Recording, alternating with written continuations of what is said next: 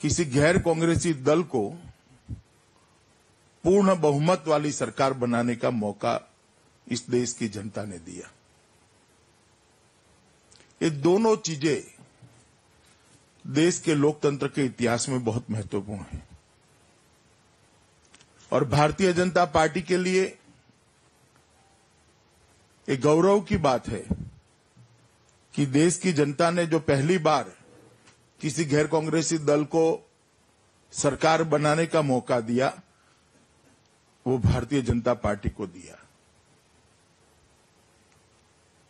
और देश के सभी हिस्सों से करीब करीब भारतीय जनता पार्टी और एनडीए का प्रतिनिधित्व आज संसद में इस सरकार में साझीदार हैं।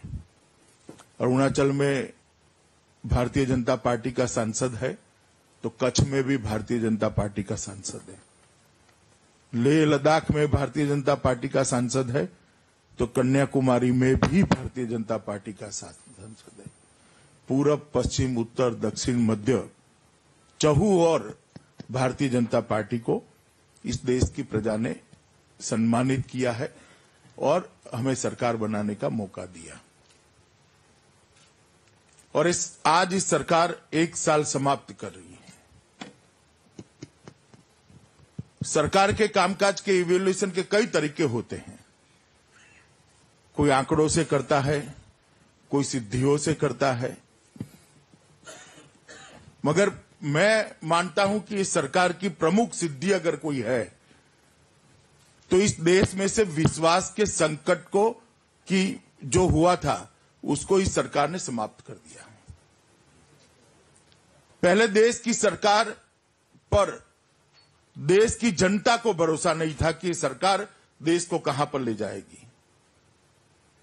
देश के प्रधानमंत्री पर देश की कैबिनेट को भरोसा नहीं था और ब्यूरोक्रेसी को प्रधानमंत्री पर भरोसा नहीं था। आज वो विश्वास का संकट टल गया है। दुनिया भी बड़े भरोसे से, आनंद और आश्चर्य से भारत की प्रगति को देख रही है, उसको एक्नॉलेज कर रही है और हर क्षेत्र में इस सरकार ने नई नई पहल की है और परिणाम भी पाए हैं। ये सरकार विजिबल सरकार रही है।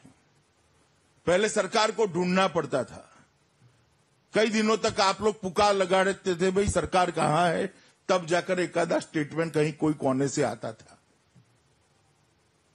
अब शायद मीडिया से भी आगे सरकार प्रोएक्टिव होकर जनता की दिक्कत के समय में जनता के साथ खड़ी दिखाई पड़ती है। जम्मू कश्मीर में बाढ़ आती है, रेल आती है तो कुछ ही घंटों में मंत्री और प्रधानमंत्री वहां दिखाई पड़ते हैं। अपने पड़ोसी देश नेपाल में अगर भूकंप आता है तो तुरंत ही सरकार प्रोएक्टिव होकर नेपाल में दिखाई पड़ती है। तमिलनाडु में अगर भारतीय मछुआरों पर संकट आता है, उनको फांसी दी जाती है तो भारत सरकार इंटरवीन करती है। किसी क्रिश्चियन पादरी को अफगानिस्तान में अगवा किया जाता है तो भारत सरकार दखल कर कर उसको छुड़ा कर लाती है। आइए पीयूष जी, यहां आइए। हर जगह पे प्रोएक्टिव होकर ये सरकार दिखाई पड़ती है। ये विजिबल सरकार है और इस सरकार ने प्रधानमंत्री कार्यालय की गरिमा को फिर से पुनः प्रस्तापित किया है। एक जमाना था जब हर मंत्री 10 साल तक अपने मंत्रालय का प्रधानमंत्री होता था और प्रधानमंत्री को बेचारे को कोई प्रधानमंत्री ही नहीं मानता था। भारतीय जनता पार्टी ने स्थिति में परिवर्तन लाया है। आज हर एक मंत्री स्वतंत्रता पूर्वक अपने मंत्रालय का काम कर रहे हैं, फैसले ले रहे हैं। उन पर कोई मंत्री समूह नहीं थोपे गए हैं। 150 से ज्यादा जो मंत्री समूह बनाए गए थे, एक साथ सभी को भंग कर कर मंत्रियों को काम करने की स्वतंत्रता दी है। और प्रधानमंत्री कार्यालय पर भी पीएम ऑफिस का गौरव फिर से पुनः प्रस्तापित हुआ है। पॉलिटिकल जो नेता हैं उनका महत्व भी प्रस्तापित हुआ है। ये सरकार पॉलिसी पैरालिसिस में से बाहर आई है। जैसे ही समस्या सामने आती है, इसके निवारण के लिए ये सरकार तुरंत ही प्रोएक्टिव होकर अगर जरूरी है तो नीतियों में परिवर्तन करने के लिए तत्पर रहती है और इसके अच्छे परिणाम हमें मिले हैं। 10 साल तक देश की जनता किसी एक चीज से अगर सबसे ज्यादा त्रस्त थी तो वो भ्रष्टाचार था। 10 साल तक हर महीने कोई न कोई घपला, कोई घोटाला, लाखों करोड़ों रुपए के भ्रष्टाचार जनता के सामने आते थे, जो जनता के आत्मविश्वास को हिलाकर रख देते थे। और दुनिया में भी हिंदुस्तान की साख दिन प्रतिदिन ये घोटालों के कारण गिरती जाती थी। मोदी जी के नेतृत्व में जब भारतीय जनता पार्टी के कार्यकर्ता जनता के पास पब्लिक मैंडेट लेने के लिए गए थे, उस वक्त हमने वचन दिया था कि हम भ्रष्टाचार को इस व्यवस्था से उखाड़ कर फेंक देंगे। मुझे आपको बताते हुए बहुत आनंद हो रहा है मित्रों, 1 साल में हमारे विरोधी भी इस सरकार पर भ्रष्टाचार का कोई आरोप नहीं लगा सकते। पूरा 1 साल हो गया इस सरकार के नाम पर, भ्रष्टाचार के नाम पर कोई सवाल नहीं खड़ा कर सका।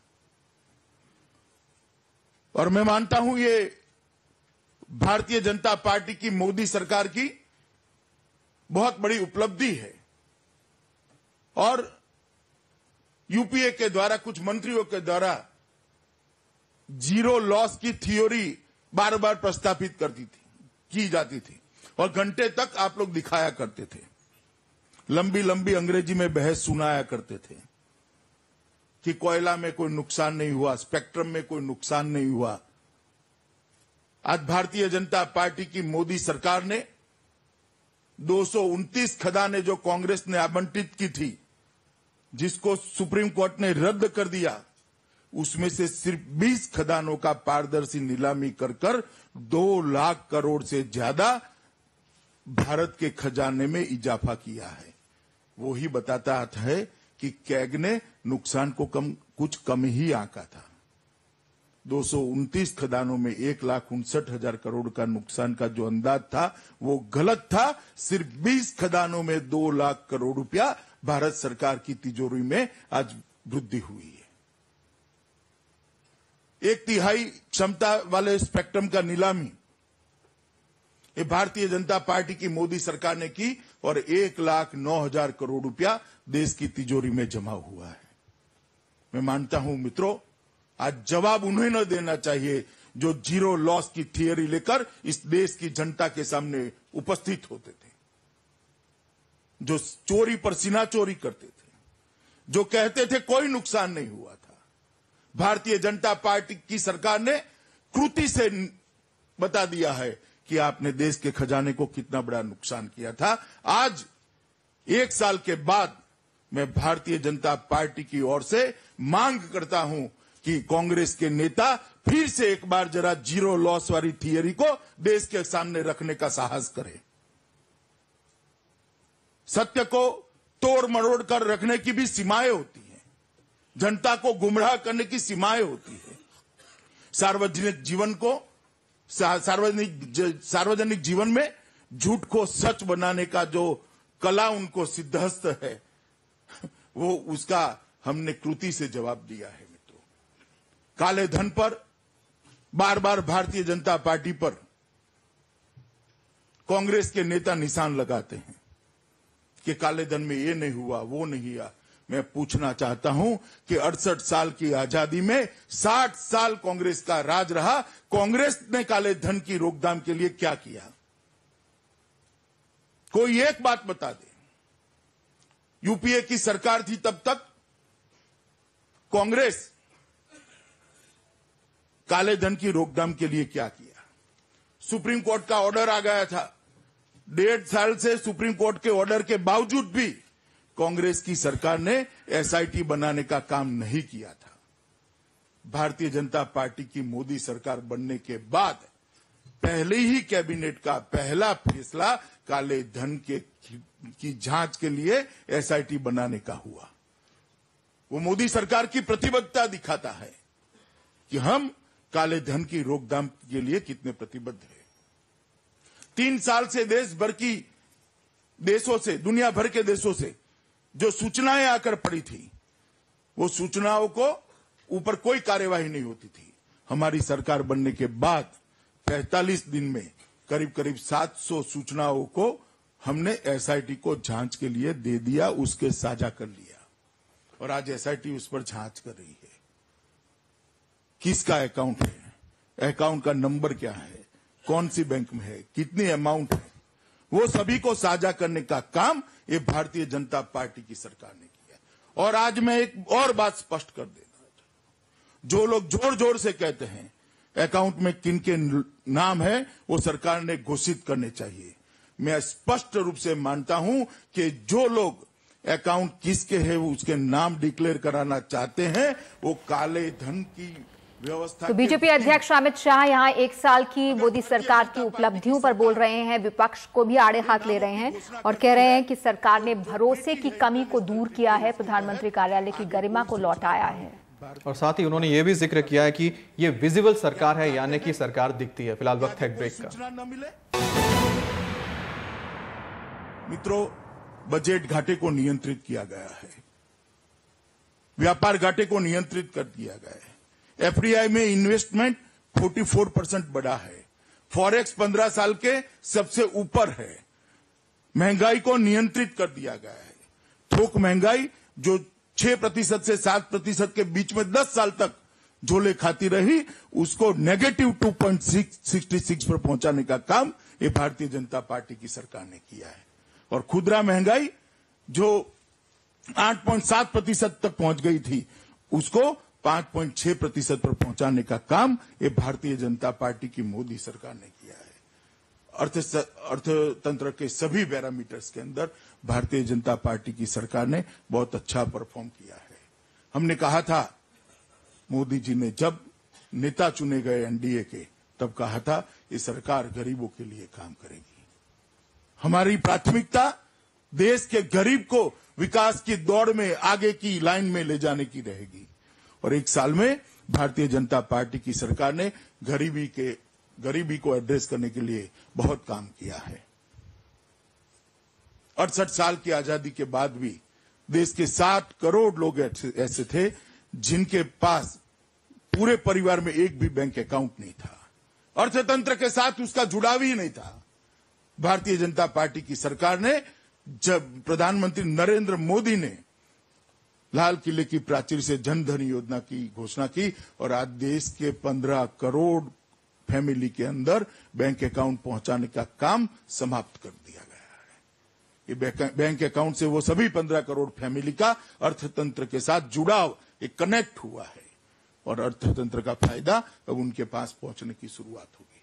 और इस बजट के अंदर देश के सभी नागरिकों के लिए, चाहे मध्यम वर्ग के है, लोअर मिडिल क्लास के है या गरीब है, सबके लिए 12 रुपये के अंदर 2 लाख रुपये का एक्सीडेंट बीमा, महीने के 1 रुपये के प्रीमियम से और दिन के 1 रुपये के प्रीमियम से 330 रुपये के प्रीमियम से 2 लाख रुपये का लाइफ इंश्योरेंस देने का काम भारतीय जनता पार्टी की सरकार ने किया है। अटल पेंशन योजना के माध्यम से सिर्फ सरकारी कर्मचारी जो पेंशन को प्राप्त करते थे, उसकी जगह कर रहे हैं बीजेपी अध्यक्ष अमित शाह। बता रहे हैं कि महंगाई के मोर्चे पर कामयाबी के अलावा अर्थव्यवस्था के सभी मानदंडों पर अच्छा प्रदर्शन किया मोदी सरकार ने। हम एक छोटे से ब्रेक के बाद लौटते हैं।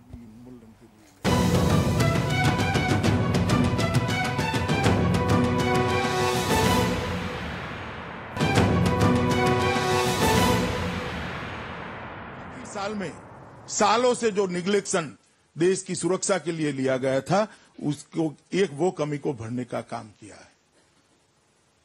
और दुनिया में जहां जहां भी प्रधानमंत्री जी को जाना हुआ, वहां एक 125 करोड़ के लोकतंत्र के प्रधानमंत्री को जो मिलना चाहिए, वो उचित सम्मान सालों के बाद मिलते हुए हम देख रहे हैं। जो लोग ताने कस रहे हैं उनको मालूम नहीं है कि इस देश को व्यापार चाहिए, सामरिक दृष्टि से इस देश को सुरक्षा चाहिए। इस देश की संस्कृति दुनिया की अच्छी संस्कृति, सबसे अच्छी संस्कृति है, उसको दुनिया में पहुंचाना चाहिए, जिससे दुनिया का भी भला होगा और देश की संस्कृति का सम्मान भी होगा। अगर एक गौरव के साथ इस 125 करोड़ देश का प्रधानमंत्री दुनिया के सामने भारत का परिचय नहीं रखता है, तो मैं मानता हूं वो अपनी फर्ज से पीछे ही हटा है। और खाली जाकर भाषण पढ़ने की जगह एक लाइव संवाद कर वहां भारत की स्वीकृति कराकर प्रधानमंत्री दुनिया में से वापिस आए हैं। और बहुत बड़ी उपलब्धि है ये भारतीय जनता पार्टी की सरकार की। मित्रों, रक्षा के मामले में भी भारतीय जनता पार्टी की सरकार ने तीनों सेनाओं को उनके रक्षा के साधनों की जरूरियातों के लिए एक 10 साल का वैज्ञानिक रोड मैप तैयार कर आश्वस्त किया है कि आप सीमा पर सुरक्षा करिए, आपकी चिंता इस देश की सरकार करेगी। और आज गौरव के साथ हमारा सैनिक सीमा पर देश की सुरक्षा कर रहा है। आए दिन गोलीबारी होने की घटनाएं भी कम हो गई है। जम्मू कश्मीर का इलेक्शन का 2-3 महीना बाद कर दीजिए तो सबको मालूम पड़ गया है कि अब ये नहीं चलेगा।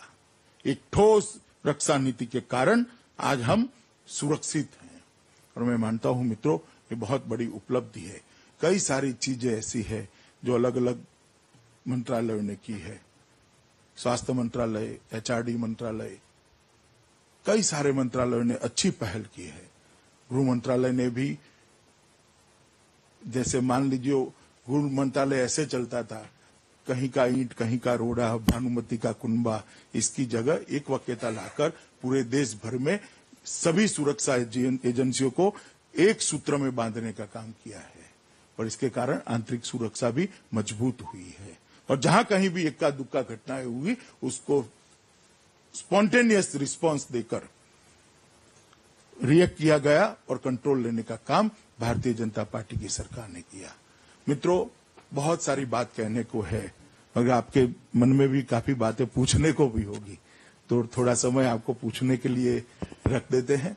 और मैं मानता हूं कि बीजेपी के राष्ट्रीय अध्यक्ष अमित शाह 1 साल के मोदी सरकार के कामकाज की उपलब्धियों का बखान कर रहे थे। उन्होंने राजनीति, सरकार से लेकर अर्थव्यवस्था, रक्षा के मोर्चे पर, कृषि के मोर्चे पर तमाम उपलब्धियों का जिक्र किया और साथ ही देश के अमीर लोगों से एक अपील भी की कि वो सब्सिडी वाले सिलेंडरों का इस्तेमाल ना करें। एक बड़ी बात उन्होंने कही कि भ्रष्टाचार का आरोप विपक्ष भी नहीं लगा सकता। हम एक ब्रेक के बाद लौटते हैं। साल 1